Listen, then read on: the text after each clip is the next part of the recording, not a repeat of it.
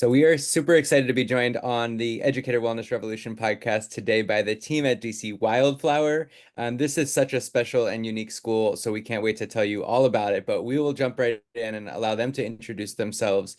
Let's start with Ebony. All right. Hi, y'all. So I'm Ebony Marshman. I am a teacher leader and co-founder at the Riverseed School. So DC Wildflower is basically our umbrella. So it is an umbrella that allows teachers to open up their own micro school site. So maybe one classroom, two classrooms. The Riverseed School is a two-classroom schoolhouse. We're located in Burrville, in the Deanwood area in Northeast DC. And I'm glad to be here. In addition to being a co-founder, I am also the primary guide, uh, Montessori lead teacher for 2.5 to 6 year olds. Teacher, founder, all the roles, and we're going to talk about how all that works in a micro school and a teacher-led school like yours. Celia? Hi, I'm Celia Daughtridge. I am our founding special educator at the Riverseed School. I joined our team in our second year, and we are also a unique school in that we have a pretty high percentage of our students who are supported and who are identified as exceptional in some way. So I actually have the opportunity to support in both of our classrooms and to work with students beyond just those students on my caseloads. My role is also pretty unique within the context of our school. So I'm just super excited to be here.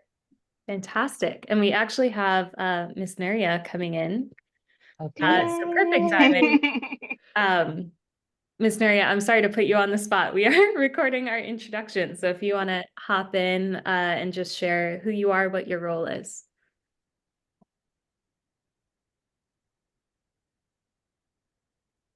And we can give it a minute. Yeah. While she's coming on, Celia, let me come to you first. Just like, what is a teacher-led school? Tell us what that is. I imagine people have things in their mind when they hear that, but how is it different from a typical school? How is it not different? Sure. I am a firm believer in teacher-led schools these days, so I'm excited to talk about it. A teacher-led school is a school that is the vision and founded by educators who remain in the classroom, which I think is a really important part of our model. Ebony, who's here on the call, as well as Zani, who's our elementary guide and our other co-founder, they split administrative responsibilities, but they are also still both student facing. The other thing about it is like, we don't have as much of a hierarchical structure because of that. So we view ourselves as colleagues more so than like principal, teacher, special educator, which means a lot of our decisions are made as a group. And so being in a teacher-led school means that like the people who are in front of kids every day are the ones who are making the decisions, and that you're really close to the work. So it sort of eliminates these like layers of hierarchy that sometimes prevent work from getting done quickly. So we're able to move with urgency in all of the decisions that we're making and to really be responsive to student needs at all times while working with leaders who are in the classrooms and experiencing the same things that we are as teachers, because they are also teachers.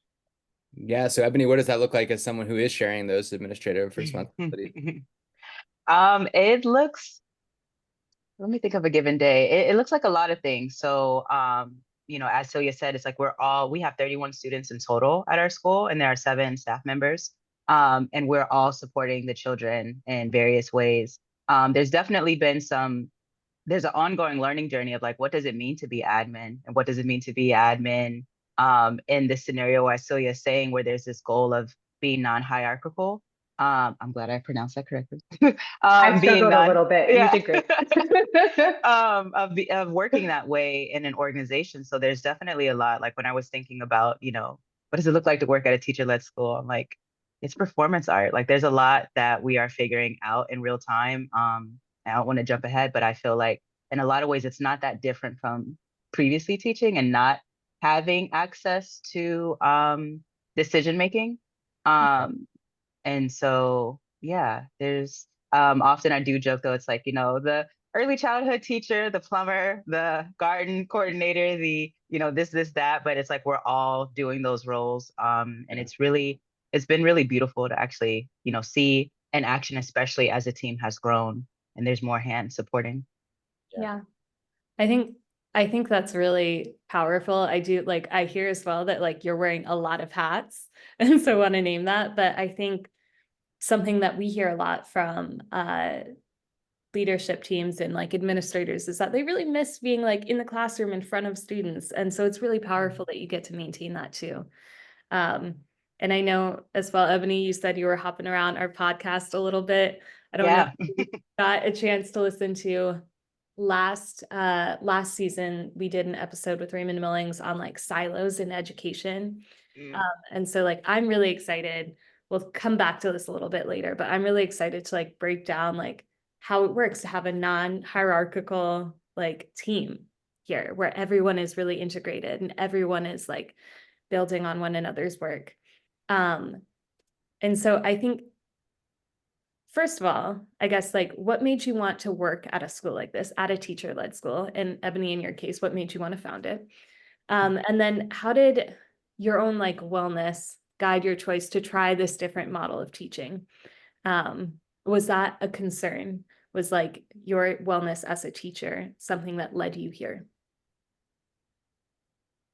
Ebony, do you want to start? Sure, I can. Okay. I was like looking, I was like, I don't know. So I think I can answer that if I start with the second part of the question of thinking about teacher wellness.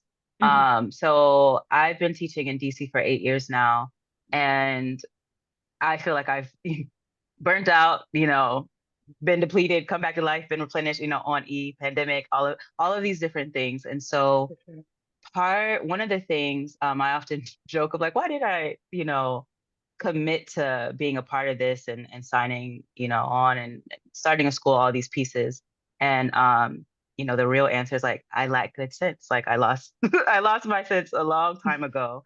And one of the things that like when I think about, vision for our school, and then also one of the indicators of success as we go on, sustainability is huge. So one thing that I was feeling as a teacher in DC pre-2020 was like, whoa, this is wild. Yeah. There's a lot going on here. There's a lot of moving pieces. And that sustainability, I think I was at a different place in my life of just like, some things are worth burning out for, like the children, community, love. And I was a lot more on board with it.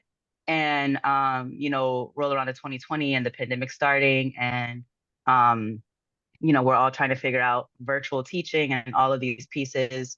I just had a lot of time to reflect on really what I wanted, not just from like my professional life, but also from my life, here as an American, as a Black person, also just thinking like, I want more. This is not working for me. This way of schooling is not working.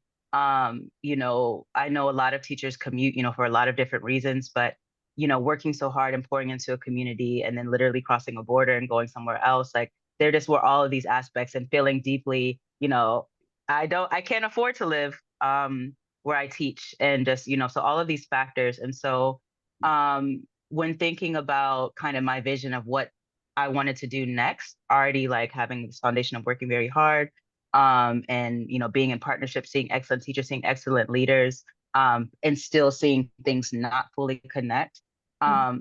What I wanted was something holistically safe. Like I really like at the initial kind of draftings of like, we called it the in Wildflower, it's called the visioning process. At the time, it was called the exploration album, but really fleshing out your dream. And this is something that Zani and I, which I think now we're in our ninth school year teaching together. This is something we did separately as we were thinking of like, okay, what's next? What do we want? And for me, because 2020, the pandemic, but then also the summer was just especially hard because it was just like this witnessing, June in particular, this witnessing of all these everything collapsing, all these infrastructures collapsing, things that were already on the brink, like they, in theory, they were already collapsed before 2020. And it just kept mounting: healthcare, education, all of these sectors, DCPS, charters. I'm coming from places where there's county schools, like everybody's struggling. And so on top of the, racial terror and everything that was happening as well. And so I really was thinking about the place that intersects that could be the most safe for everyone. And through my lens was schools, because schools operate, there is no exclusion in schools. In theory, there should not be any exclusion. I think about, as a Black American, I think about like the ways that churches have functioned throughout history of these uniting places to organize, to be relatively safe, again, American terrorism, to be relatively safe, but then to gather and strive for more. And there is, I know that this is an education podcast, but there has been, all of these people leaving structured religion, structured things, all of these like structured places that previously did so much for liberation. And schools, even though I have experienced my faith has wavered a lot in these various systems.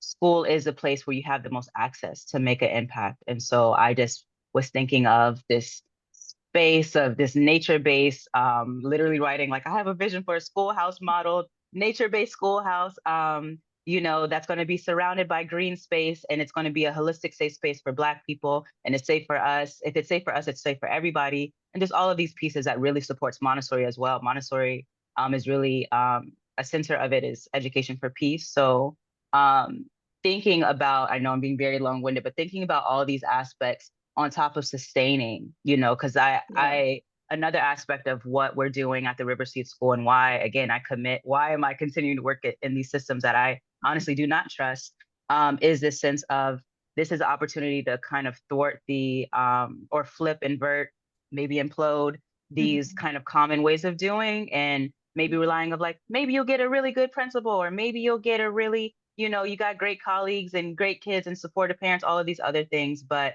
I feel like rather than kind of hoping for these magical pieces, right now, what we're doing is there's this commitment of, but what we have is each other, no matter what. So community is not as fleeting as, oh, now this is your curriculum, and now this is the law, and now this is what compliance looks like, and now, and now, and now.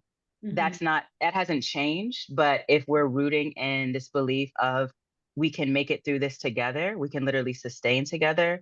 That's one of the things that led me here. And there's many, many other pieces of that as well. I'm a Black woman, Zani's a Black woman, and really kind of moving beyond of like this archetype of Black women as mules. And again, being willing to burn out over anything. And as a teacher, as a admin, whatever my title is, I feel very clear and rooted of this job is not worth burning out over. And that makes me feel, that might not sound like, oh, do you love what you do? Do you love children? All of these things. But to me, that is a testament of love, of like, I love it so much, I want to actually sustain it, and I want to survive as I do it. So Yeah.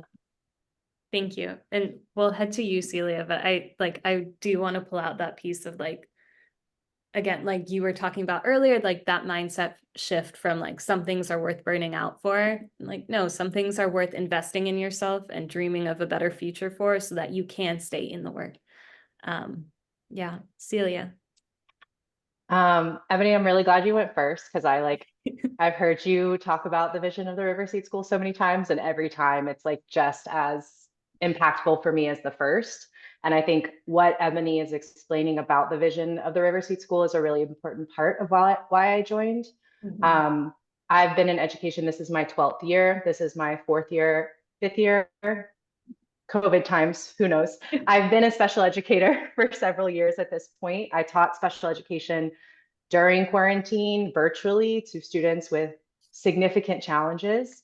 And I reached a point that I was actually ready to transition out of education. I had had a really difficult time maintaining the balance of what it looked like to be somebody who was supporting our most vulnerable students within a system that was targeting and excluding some of our most vulnerable students. So when I was connected with the Riverseed School, it was actually a part-time special education role that was listed, and it was supposed to be my sort of like stepping stone out of education, because I was like, it was beyond burned out. I was like disillusioned with the process. And then I showed up to our little 2-room yellow schoolhouse that it turns out was like less than a quarter mile from my home. Like, it's literally around the corner from my house. Wow. And I sat with Ebony and Zani, and our executive director for stakeholder engagement, Rochelle, was there as well. And to hear Zani and Ebony talk about what they wanted this school to be, My first thought was like, this is a joke. Like, there's no way that what you're describing is a real place. Like, that's you're describing where I think I could thrive, but I do not believe that it could exist in DC education. But once I got past that, like, y'all are joking, and saw that it was really real, I like started to fall in love a little bit again with what it meant to be a teacher, to see two women who like are so firm on creating a safe space, because that is what I feel like is lacking the most, especially for our students with special needs in most of our schools, is like there is no safety. It's just a place where you continue to be traumatized. And then teachers end up taking on that secondary trauma. And it's just this cycle of we're all traumatizing each other because none of us have the strength or the time or the space to be well. And so much of the conversations we had during my interview process were about wellness and about what a vision for a truly inclusive special education program could be. And there was just this underlying current of like respect of my expertise, which I feel like is something that often gets lost in schools, is like there's so much top-down management that like whatever your intention, I no longer feel like I'm being respected as an expert, as someone who has worked really hard to learn, as someone who has been doing this for 12 years, in some situations as someone who's been doing this for longer than you. And that is a truly different part of our model than any other place that I've been, is like we abide by a leadership and management. It's called the teal model. But it's like the idea is that you are in charge of what you're in charge of, and you should seek advice and you should talk to your team. But if we're trusting you to do this work, like that means we're trusting the decisions that you make. So there's none of this like underlying like, but maybe you could have done this instead, which I feel like is sometimes really prevalent in school cultures just because of the nature of how they're managed. And so like sitting in front of Ebony and Zani and hearing their vision, and then they were like, oh, by the way, it's actually a full-time position now. And I was like, okay, but I think you might have hooked me. And we had so much flexibility to design a special education program that aligns with my philosophy of inclusion. All of our students are supported within the classroom.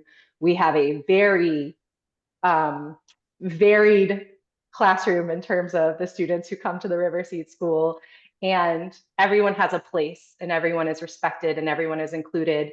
And you see it not just from the adults, but you also see it from other children, which I feel like is how you can really test that. Is like, you'll hear students say things like, well, we know he's still learning that skill. Let's give him a chance to try again. And that attitude is so important as we raise loving and caring and empathetic children to like have a positive impact as we grow. So they sold me on the vision, and now I'm just like, so I back Ebony and Zani in all ways. I'm like ready to fight for this school. And I'm just like so proud to be a part of the program that we started to create, and that I know will continue to have a lasting impact on like the conversation about what education in DC can look like. Yeah, well, there's so much vision and principle in all of it. And I feel like every teacher that's listening right now is like, all right, so do you have a job? And That's what all my friends say when I tell them about it. They're like, wait, so y'all are hiring, right? And I'm like, right, so you're expanding. So how do we make this happen in every school? But okay, let's get into hierarchy, because I think like this is rubber meets the road a little bit. Like I think like Ebony, you mentioned so much about what the philosophical approach is to adhere, but also how it attempts to be transformative in a world that's bound by structures that try not to let it, right, in many ways. And like any hierarchy, where you're breaking it down in so many ways, but all within the realm of your ability to control that in a system that still has a whole lot of hierarchy to it, right? You're still reporting, you're a charter school inside of a public charter school system, receiving tax dollars, reporting to a charter school board in some ways, like, and just the realities of like what are the pros and cons to actually having that authority, right? And having that power. And I think it sounds, teachers are suffering and feeling oppressed in so many ways in schools where they have no professional authority or very little professional authority. And I think people hear that message and are like, how do I get more of it? How do I make this happen? But what is it? What is the struggle of it in making that come to life? And how much are you actually able to break down that hierarchy, Ebony? Yeah. So a few things come to mind. So earlier when I was mentioning the first year, maybe the second year too, it didn't feel that different. The workload didn't feel that different. And that is coming from, so previously I worked at a brand new charter school. And at that school, like when you just kind of like pay attention to what's happening around you, there were other more experienced teachers who also had worked at brand new. They were also founders at other schools, generally charter schools in the city.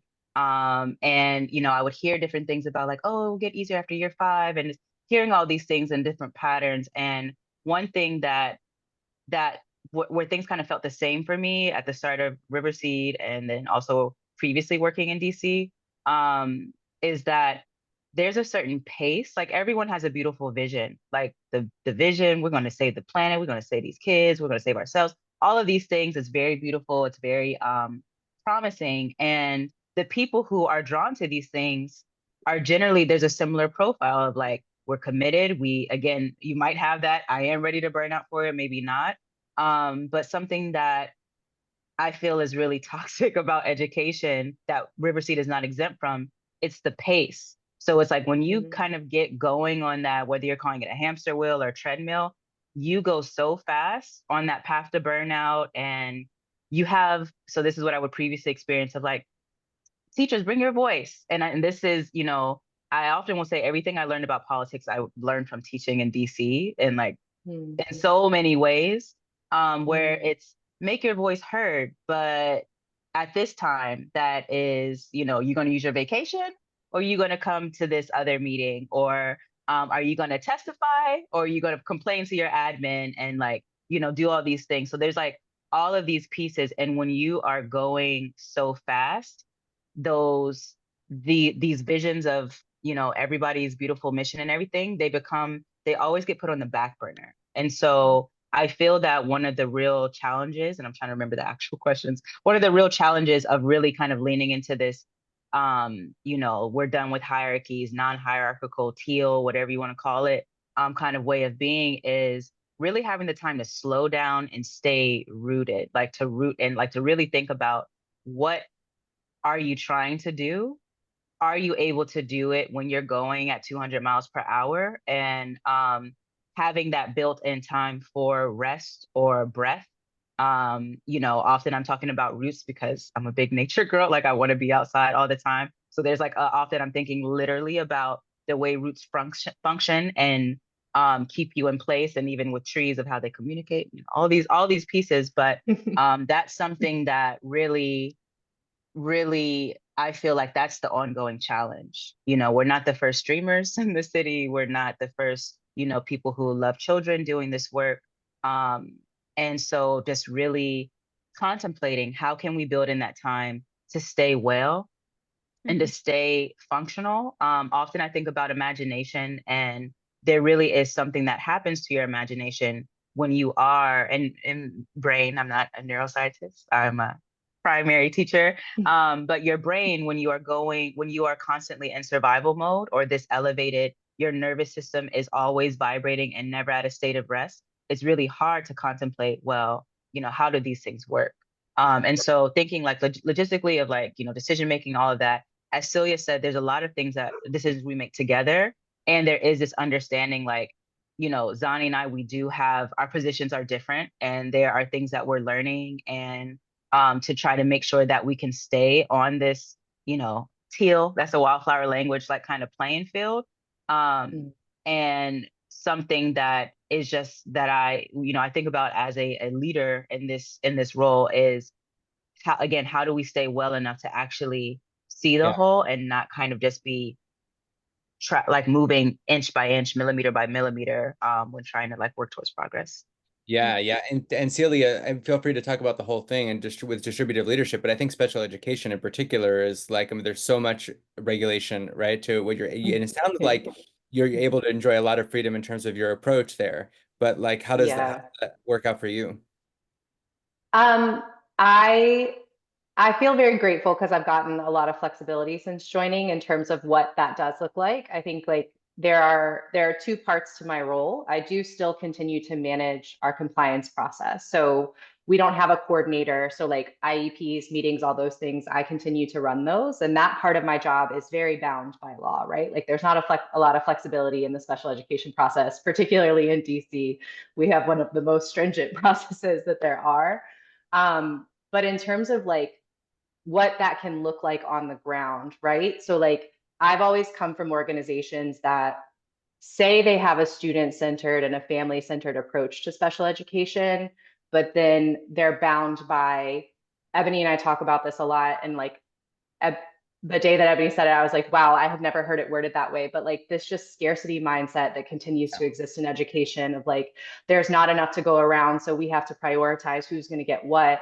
And often that felt like we're going to prioritize the kids who can probably make it, and we're just going to give the bare minimum to kids that we don't think will. And I don't think that's anyone's intention in education, but that is often what ends up happening, particularly for our nonverbal students, particularly for our students who we know are on a different path to success. And those are the pieces where there is space for flexibility and creativity of how do you use resources. And I think at the River Seat School, one of the things that I'm really proud of is like our intervention process is robust, and our intervention process includes students far beyond the traditional MTSS process. Any student who flags for an area of concern gets some level of intervention. And we have so many adults who are so deeply rooted in understanding our students and understanding their families that we're also, I feel we're not as prone to jumping to conclusions about students as maybe some other organizations I've been with are. So it's like there are some limits to what we can do within the law, but when you have this many adults who are working together to support students, and you have a special educator who's in the classroom full time, you have a primary assistant who's constantly asking questions about what do these needs look like and what are the best responses to that, it creates space for us to reframe what services look like. What does it look like for a nonverbal student to still be a part of their classroom for the entire day? What does it look like for students who have deep sensory needs to get a visit to like Miss Celia's sports and exercise clinic in the corner of the classroom, and it's a fun and exciting part of the day versus a like, this is something that makes you different and this is something that makes you other.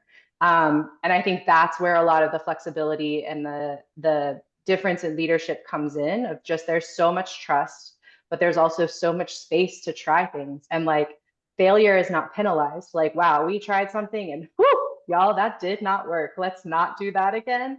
But like, what are we going to do next? And there's never a fear of saying, I don't know what to do next, or I feel like that didn't work, because that's just an opportunity for the team to talk about what should change. Like, what did we learn? How can we get better from this? Versus like, I'm in charge of this and I don't know what to do, but I can't tell anybody I don't know what to do, because then what happens next? And we've come up with some really creative solutions to sharing resources beyond just the students on my caseload in a way that makes sense, in a way that makes all students and all families feel supported and seen, which I think is a really different approach that comes from our style of leadership. That's so powerful what you said about fear, because I just think that is like the basic dynamic in so many schools, is like there's not trust, and there's a kind of constant fear that permeates things based on these systems that are pushing in on schools all the time. The right, it doesn't necessarily have to do with, or that certainly deprioritize relationships, right, and trust, because of the metrics which we're judged by, or the way that people are set up to be oppositional to each other by the system. And so just that basic ability to be like, we're going to try this thing together, or I can say that this thing that maybe even was my idea is not working, and so we got to do something else, right? And establishing that trust is hard work in the kind of system that exists in most schools. So it's refreshing to hear, right, that like you've created the environment that makes that possible. Yeah. And that also makes me think like the environment that exists, that sounds like it exists at Riverseed, is one in which just like we would want to model for our students, that trying something new, decision making, leadership, that's all a learning process. It feels like that is something that is also being modeled by the staff there, and that is really beautiful. And I want to also like just name, Celia, that you have talked in your previous answers about like how wellness for students and for the teachers that are leading them is like inclusion, but it sounds like also like beyond inclusion, like participatory like action where everyone feels like not only are they included in this environment, but they have a voice and they have a will that is being recognized. Okay, briefly, are there like very specific educator wellness needs that are arriving in a model like the one that you all have in a teacher-led model? What are the specific wellness needs that you are seeing? And I know that hamster wheel seems to be one of them, but what tools have helped you address those? Celia? I think one of the needs that can arise when everyone's working together to make decisions is like sometimes that means it's unclear who's actually making the decision, and that can lead to a lot of like stress and like not dropped balls, but just sort of like that urgency comes up again because you're like, oh, this thing that I thought maybe Ebony was handling has like everybody's doing everything at the same time. And sometimes that does mean there's not super clear roles and responsibilities, which I know has been a goal of our work together this year, is to really strengthen those systems. And our response to that is like, we create space to talk about it really more than anything else. And we have really prioritized. And one of the things we worked on last year with Empowered Ed is like prioritizing like making sure we have time to meet as a team. That's something that was constantly getting put on the back burner as we were putting out other fires. But then we saw this escalation of like, well, decisions aren't being made, or people are making decisions in a vacuum and they don't feel good about the decisions that they're making because they're having to be made with so much urgency. So what does it look like to create and maintain sacred time for your team, because we see the impact when we're able to collaborate together versus when it feels like, to your point earlier, where it feels like we're working in silos? That's very easy to happen when you're in the day-to-day. And so I think that's one of the things we've really been working through in the last year. And then there's always just the like, I feel, and I know Ebony feels, and I know Zani feels, of like the guilt of when you take off. And we just have to continue to encourage each other of like, you're allowed to be a person and be a human and like be on vacation and like enjoy your life in addition to being a teacher. And a lot of that comes from the attitudes of each other of just like, no, like if you need someone in your ear to remind you this is okay, like please take the day. If you don't feel well, like take the day. And we all have that attitude. So sometimes we have to hold each other accountable for our wellness versus like holding ourselves accountable. Yeah. Ebony?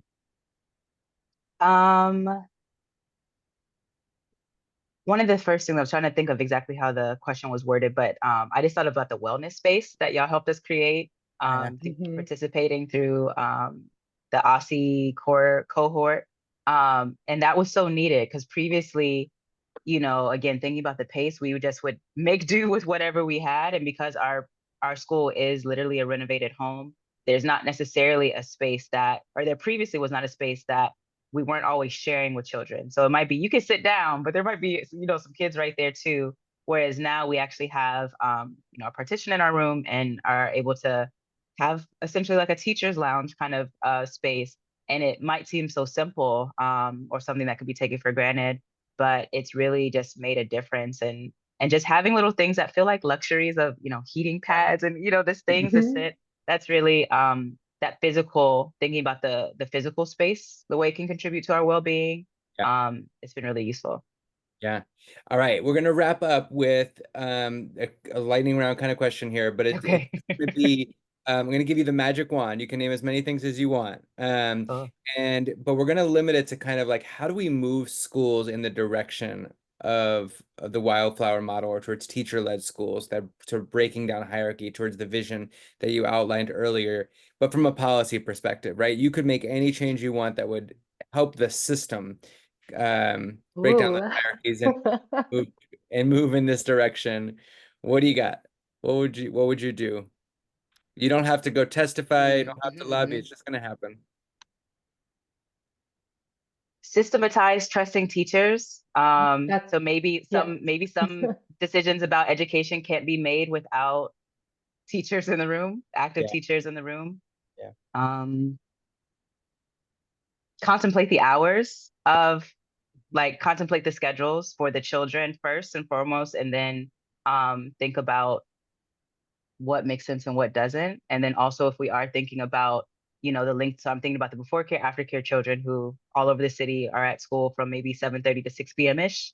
And they might be three, of thinking about if the need is childcare, who can show up for these kids that's not just teachers and, school partnerships, things like that. Yeah, love it. Love it. Celia? Yeah. One of my biggest things is always like pay teachers more and not like have them sign up for stipends with additional like do this and you get an extra $5,000, but like base salary, I know this is what I'm getting year over year makes all the difference. And then similar to what Ebony said, the first thing that popped into my head was just like we have to trust teachers more. And I think what it looks like to trust teachers is different for different schools, but like what it really comes down to is our schools are just so top heavy and it's clear that it's not working. And so like, what does it look like to put more of that power, remove some of these extra folks and put some of that power back into the hands of teachers and that money back into the hands of teachers, I think are two of my biggest things. I'm going to ask you one more quick lightning round because I'm so curious. How do you hire for this role, right? Like how do you know the teacher that is right for this model? Do you mean to like work to be like a staff member at the Riverside School or to like yeah. become a Like, I teacher mean, later? how do you Okay. hire someone who, Celia was talking about, she has the, what is it, the physical corner where she's doing the like, Oh, the sports medicine. yeah, medicine, like, I mean, like you all have just like boundless creativity, right? And initiative. Like, what are you looking for in a team member? So for us, there's processes of the interview, the typical things, and then the tour, but also just through conversation of like getting to all of these points of where your values are. But I Yeah. do want to speak a little bit to like DC Wildflower of like, because there are Yeah. more possibilities for teachers to open. So the process, there's not a traditional job interview per se, but the process is so intricate and years long in the sense of you have to flush out your vision, get advice. Wildflower is all about advice. Find a partner, flesh out a vision again, get advice from your community, from these advice givers, all these aspects. Then comes now you got to stretch your political muscles of knowing, where are you going to be doing this work? Who's around, who are the members in your community, who are the children in your community, and really just learning all these pieces. And in that process, that's kind of like, are you going to do it? It's not, you don't get through that if you're not actually committed to doing the school or opening a school, working at it. So that's just a part for like the teachers who are listening who are like, hey, I want a part. There's a way, there is a pathway. There's only two teacher-led schools under DC Wildflower's umbrella and DC Wildflower Public Charter Schools umbrella. And there's room for about, I think, 3 or 4 more school sites. So things to consider. Yeah. Well, there, for people who are interested in this movement around teacher-led schools, there are, over 100 of them throughout the country, many different models. They exist in public school systems as well. I know in Massachusetts, there have been a lot that have been part of the public school system there, but they exist in public, they exist in charter and in private, and there's so many different models. There's a great book called Teacher-Powered Schools. People can learn a little bit more about them. But what you're doing is pretty transformative and revolutionary and so refreshing to hear. And I think whether in a teacher-led school or not, I know the audience can learn so much that hopefully we can apply back to all our schools about what breaking down hierarchy, but also what this kind of transformational vision of liberation in education looks like. So thank you so much, Ebony, Celia. We really appreciate it. Thank you so much. Thank you. Thanks for Thank having you. us.